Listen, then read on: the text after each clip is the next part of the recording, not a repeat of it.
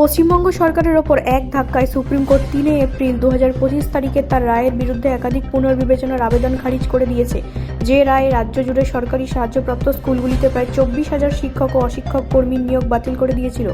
2016 সালে Paschimbanga school service commission কর্তৃক পরিচালিত নিয়োগগুলি নগদ অর্থের বিনিময়ে চাকরির কেলেঙ্কারির সাথে যুক্ত ছিল। নবম থেকে দ্বাদশ শ্রেণীর সহকারী শিক্ষক এবং গ্রুপ সি এবং ডি কর্মীদের জন্য এই নিয়োগ অনুষ্ঠিত হয়েছিল। মঙ্গলবার প্রকাশিত 5ই আগস্টের আদেশে বিচারপতি সঞ্জয় কুমার এবং সতীশ চন্দ্র শর্মার একটি বেঞ্চ বলেছে যে পুনর্বিবেচনার আবেদনগুলি মূলত যোগ্যতার ভিত্তিতে পুরো বিষয়টির পুনঃশুনানি চেয়েছিল এবং সমস্ত প্রাসঙ্গিক দিক ইতিমধ্যেই পরীক্ষা এবং ব্যাপকভাবে বিবেচনা করা হয়েছে বলে বিবেচনা করা যাবে না। বিস্তৃত যুক্তি শুনানির পর এবং তথাগত ও আইনি সকল দিক বিবেচনা করে 3 এপ্রিল 2025 তারিখে রায়টি দেওয়া হয়েছে। আদালতের পর্যবেক্ষণ বেঞ্চ উল্লেখ করেছে যে WBSSC এর মূলত OMR শিট বা তাদের মিরর কপি সংরক্ষণের ব্যর্থতা একটি গুরুত্বপূর্ণ বিষয়, যা প্রার্থীদের যোগ্যতা যাচাইকে অসম্ভব না হলেও আরও কঠিন করে তুলেছে।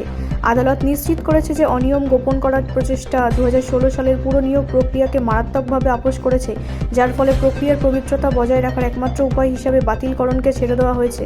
এমনকি নির্দোষ নিয়োগ বাতিল করলেও হৃদয় জ্বালা এবং যন্ত্রণা হবে তা স্বীকার করে আদালত বলেছে যে প্রক্রিয়ার অখণ্ডতা রক্ষা করা উচিত।